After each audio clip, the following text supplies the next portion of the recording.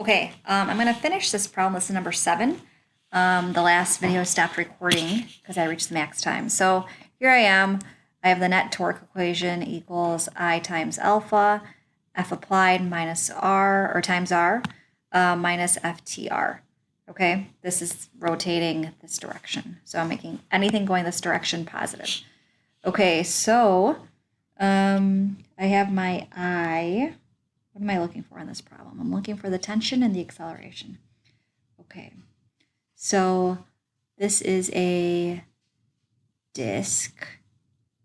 So a disk's moment of inertia is 1/2 mr squared. And alpha is A over R.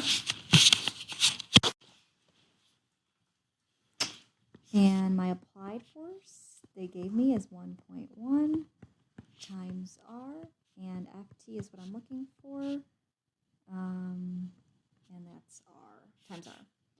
Okay. What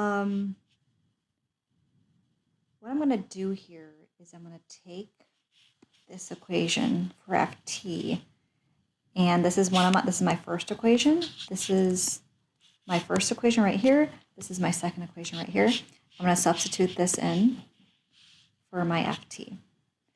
So I have, before I do that, I'm going to get rid of everything I can. So I'm going to get rid of this R right here. I'm going to get rid of this R. It's in every term right here.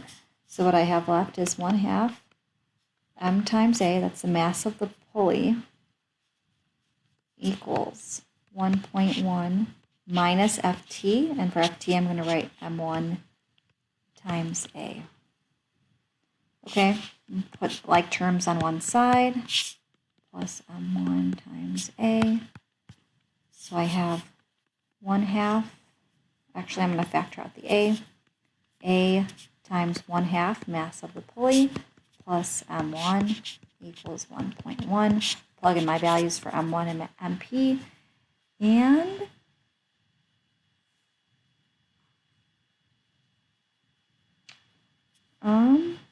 I'm going to get A equals 3.14 meters per second squared.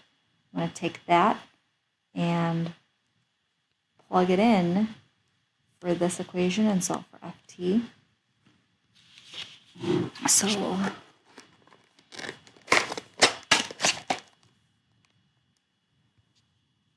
So 3.14 times the mass of the cart, 0.31, is 0.9734 newtons. This is what tension is.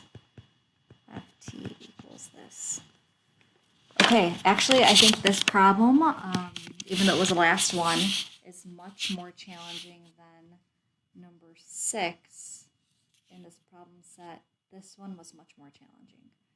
So I think this one was a little bit easier because you didn't have friction. It was just 2 equations, 2 unknowns, whereas this one was 3 equations, 3 unknowns. So hope that helps. Email me if you have any questions.